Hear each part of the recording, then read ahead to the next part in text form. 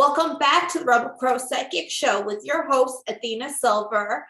Tonight we are getting into all about my vacation and the weird paranormal things that happen.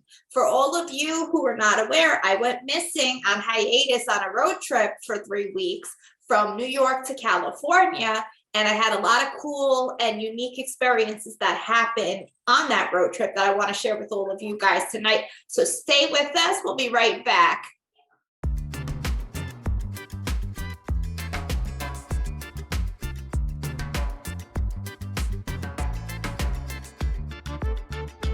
Welcome back, everybody. So let's get right into this week's episode. So I want to tell you guys all about my amazing vacation that I did for 3 weeks, a road trip from New York to California and back, going through a bunch of cool states, meeting a lot of cool people, and above all, having weird spiritual interactions on the way. So I want to get into telling you guys about my amazing trip. So let's start from the beginning. My husband saw that we had not been on a vacation in a couple of years and we wanted to do something different, get out of the house, unplugged. That's why you haven't heard much from me on my social accounts and my website and stuff like that, is because I took a good old 3 weeks off back to back to back. So let me just give you a little bit of background about the trip. So we pile our 2 kids up in the car. My husband bought an electric car for this journey, and it just so happened that the electrical charges were free through the whole journey. So it definitely saved us a lot of money, which was nice.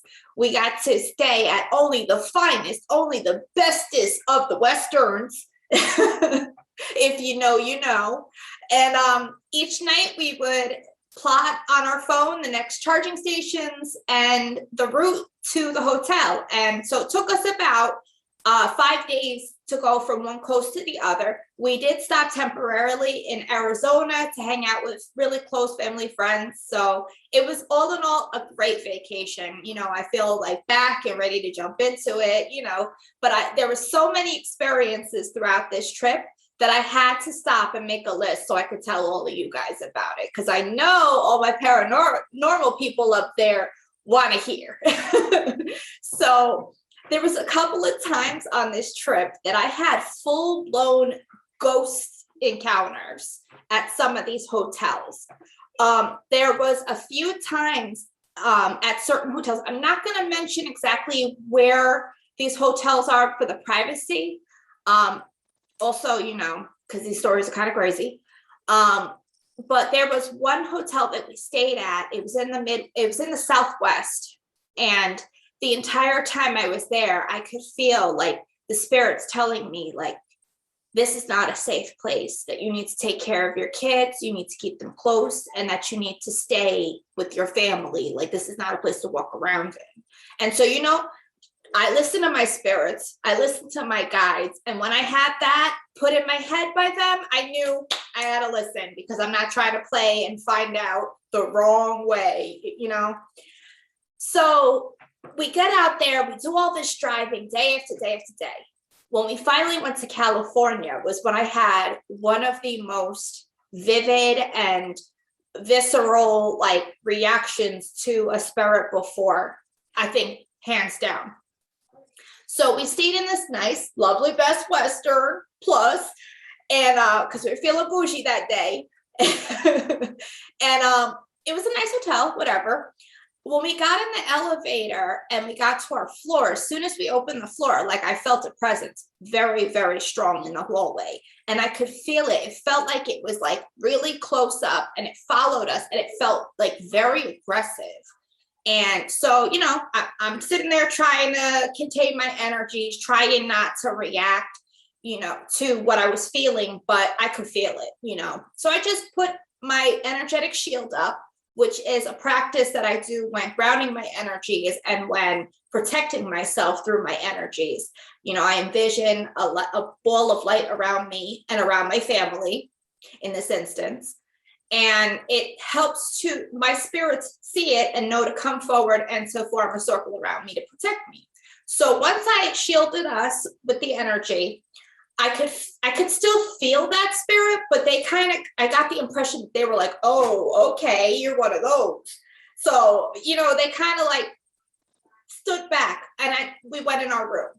I noticed that this spirit did not cross the boundaries into the room, and they did not cross the boundaries into the elevator. So the only time I was ever there feeling this presence was in the hallway itself. There was a couple of different times where I'd come out of the hallway, to go to the car, to go get ice, to go, down to the front desk. And the minute I opened the door, I felt this presence, and it felt like it was walking aggressively behind me, trying to keep up with me. Like, it felt like a man. It felt like somebody who was like, it felt like maybe they were on something. I don't know. But it just felt like very aggressive energy. And I felt it the entire time I stayed at this place. So I felt like the entire place itself had a bit of an unfortunate background. It just this feeling I got that people came here and unfortunate things may have happened in the past. Again, I don't want to bring up the actual hotel because I like to give them privacy, especially because they don't know a medium's coming to stay at their place. They think I'm just some nice lady from New York. They don't realize, when I roll up, I'm rolling up with not even my 5 human senses, but my psychic senses as well. So, anyway, we still had a great time. I think my children felt that presence a little bit, but once I shielded everybody in the energy shield, the presence was able to be pushed back a bit, so it wasn't like threatening. The other thing that happened, this happened at a different hotel. So this is all about like the crazy hotel stories. I saw a man. He was walking on a very secluded part of the highway when we were on our way to another hotel.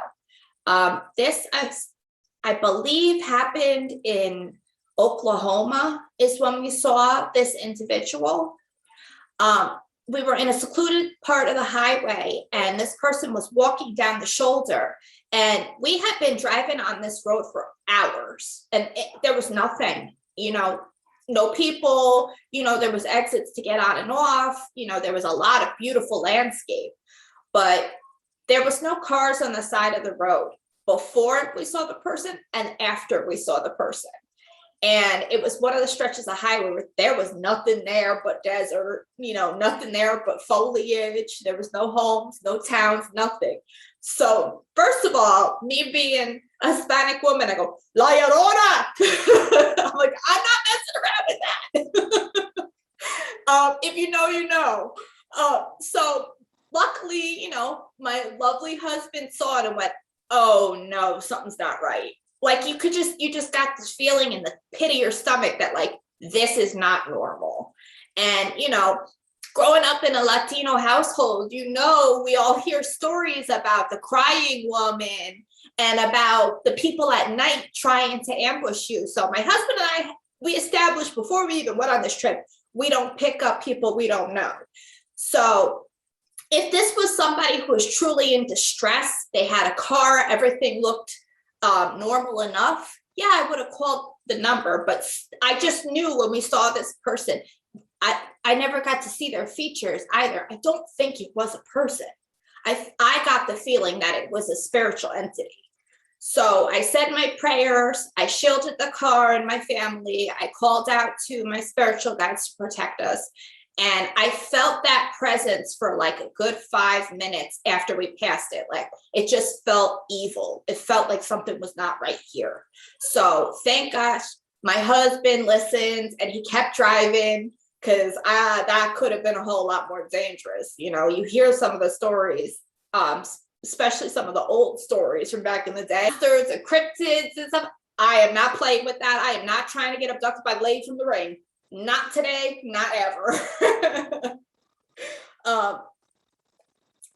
So we just kept driving and everything and, kept going. That road in general, that stretch of highway was extremely creepy. We're all good though.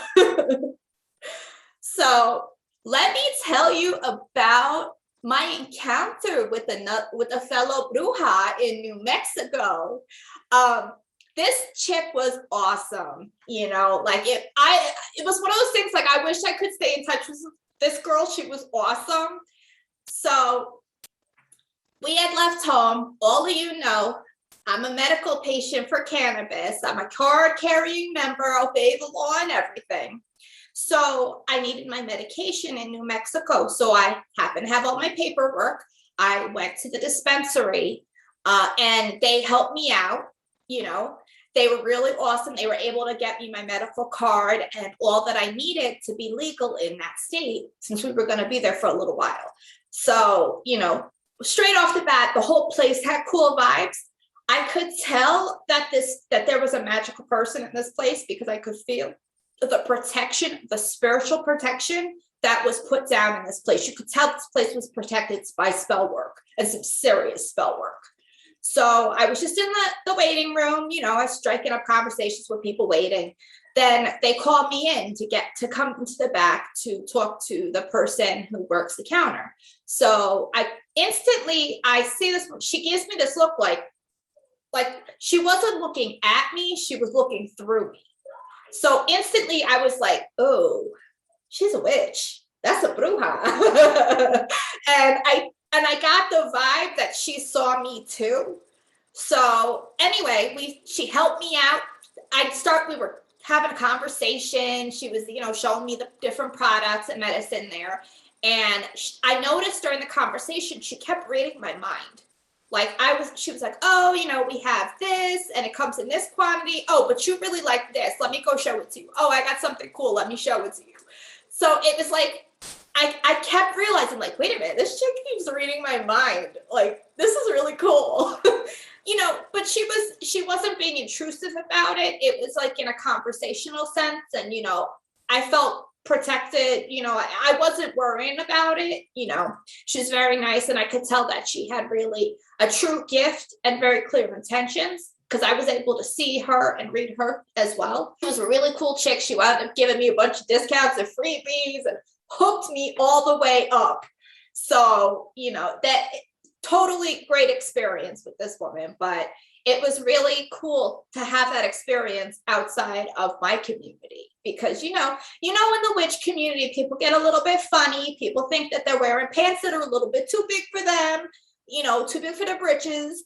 Some people are, going on a hex campaign and, cursing and hexing any witch that they come into contact with. So it was really cool to see one who knew who she was, knew her own power, and didn't feel threatened in the company of another witch. So shout out to her. She was awesome. So I want to talk to you guys about the really cool energetic differences that happened throughout this entire trip from New York to Cali and back.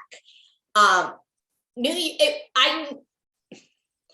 knew that this trip, I had to prepare myself, and I did a lot of cleansing and a lot of protection work to balance and maintain my energies, as well as, the vehicle we took, my children, my husband, myself, all of our stuff. There was prayers and incantations and workings done to protect us, because, you don't want to wind up going into another space and find out that you went to the wrong place. You don't want to come in there defenseless and make it invulnerable when there's snakes and vipers all around. So better safe than sorry. That's my travel tip for everyone. Make sure you do your workings before you leave and when you come back. At any rate, even though I was doing those workings, I'm a very sensitive person. I'm extremely empathic, especially when it comes to energy differences and the subtleties in energy. I had a couple of instances where we had pulled into charging stations, and I could feel, just like I was telling you guys, that hotel the first hotel we stopped at that didn't feel right, felt like the energy got very powerful when we crossed into Texas, like by the Texarkana border. There's a huge surge of energy, and it felt very different than the energy that we feel on the East Coast. It was powerful, but it was like a dull, bold, radiating type of energy. Like it didn't feel like the East Coast. It did not feel like home. It felt like something much older, much more vast, much more deep than what we have here. Not saying the East Coast isn't powerful. We got our own power, but the power was noticeably different, you know. And I also felt that way going through New Mexico. For me, I know everybody loves Arizona for the energy. I rock with the energy of New Mexico. New Mexico has it going on with energy. You know, that whole time I was in that state, I felt like alive. Like I felt energetic. My body didn't hurt. You know, when I did meditation, I felt like I was able to expand my awareness fuller and more vast than it typically is when I'm at home meditating. So it was a really good experience just in New Mexico as a whole. So if you're from New Mexico, comment and represent. We want to hear your voice. Because you got an awesome state and the people there are cool as hell. Another place that I felt a big difference was when we were on the highway going from Arizona to California and we passed by Joshua Tree. Now, I know a lot of people have seen UFO sightings and crazy, you know, military stuff and desert stuff, all about Joshua Tree. I believe it. That place felt weird. That place felt like it was from another planet.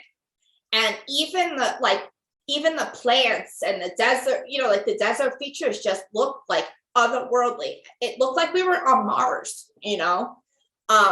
We didn't have enough time to stop and really explore the way that I wanted to, but it was still really cool seeing the subtle changes, you know, between Arizona and coastal California going through Joshua Tree.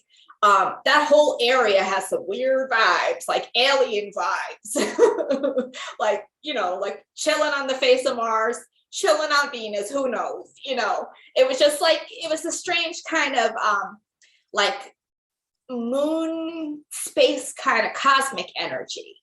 I noticed that I was getting a lot of headaches when we were driving through that area because we drove past it out to Cali, to the coast and back to Arizona. So when we first passed it, I was like, okay, my head kind of hurts. I felt the subtle change, you know, it was a big change. And I was like, okay, you know, maybe it's just the energy change. But then it hit me on the way back when we passed it again. I was like, got like a really bad migraine. It was like overload, you know. It felt like my crown chakra, that my crown energy center was like fried out, you know, like it was taking on too much energy, you know, which was, you know, as soon as we were about like an hour to 2 hours away from Joshua Tree, I started to feel a lot better. So I think it's just the energy of that place. Plus it was hot as hell. Woo, it was hot. It was like 117 degrees, 120 degrees out in the daytime. It was not the most pleasant place to be in the day. But it was a gorgeous place. You know, I love to paint. I love photography. So especially landscape work. So, you know, I was sitting there doing my drive-by photography with my phone, just going like, you know, taking my photos. At any rate, it was a cool vacation. You know, it was a lot of work. It was relaxing. It was spiritually fortifying. I felt the other symbol and sign that I knew I was protected by my spirits was that I was followed by hawks from New York to California and back. I saw a hawk multiple times a day, every single day of that trip. And at one point, when we were over by Route 66, for hours, and by hours, I mean like 18 hours, you know, that it seemed like there was a hawk that would ride along with us and watch us. And then it would get out of their sight and another one would swoop up and take its place and watch us until another one came. And it was just hawk after hawk after hawk following this road, following us and looking down and protecting us. Every single stretch of that road, it was beautiful because all of you know, I love birds, especially birds of prey, especially hawks. They have a very deep significance to me and my spiritual journey, you know. So it was my justification to know that they were with me, and it brought me a lot of peace going into places that I was unfamiliar with. So I felt like they were showing me like, we got you, girl. We can see you. Have fun. You're protecting you, which was beautiful for me because I was a little bit apprehensive going on this trip, not having, not being in my immediate surroundings, what I'm used to, because every morning I connect with the hawks outside, without fail every morning. So it was nice to not have to interrupt that vibe, interrupt that time I have with them, because they just came with me. They found their way back to me. So it was absolutely beautiful. And the day we got home, we found a feather. So it's like, I felt like it was the way for my guides to say, like, we see you, that you're home. We just want to acknowledge that we see you. So it showed me that the work that I'm doing with them, that the guidance that they gave me it's poignant, it's lasting, it's a relationship, that it's not even that they just want to check up on me from time to time, but they wanted to let me know that they were watching me, and verification and confirmation of our relationship. So I made offering and was very grateful, and made a point to thank my spirit guides, especially my hawk guides and the other birds who came. It just goes to show you that when you walk these spiritual journeys and you're being in tune on that spiritual level, that it becomes a lifestyle. It becomes a way that you live. It becomes who you are. And I felt lucky that through being able to make offering in the Pacific, being able to watch my kids enjoy this time, to be able to take time off for self-care and to, check off a bucket list item of mine, I felt very blessed and very protected and very loved throughout this whole process. And it brought me, my kids, and my husband closer together. So that was also a plus. But if you guys get to do this, I highly recommend it. Speaking of which, I want to let you guys know that we're going to have some cool and very interesting authors and guests and witches and spiritual people and mystics coming up as guests on this podcast in the next couple of months. I'm not going to tell you who yet, because we got a couple of cool people, but make sure that you like, subscribe, and shout us out on a comment. Share us around. Let your friends know. But there's a bunch of really cool guests that I have on the schedule coming up. So make sure that you stay tuned to the Rebel Crow Psychic Show. We release an episode biweekly every month. So we get 2 episodes a month, and we debut them on Thursdays. I'm Athena Silver. I'm your host. I'm a professional psychic medium, a witch, a pagan minister, an intuitive healer, and a bruja, I do tarot readings, mediumship readings, and other spiritual services, as well as spiritual mentorship. You can find me at readingswithathenasilver.com. You can find me at Instagram at athena.silver. I'm on TikTok at Athena_silver. And I'm on Facebook at Readings with Athena Silver.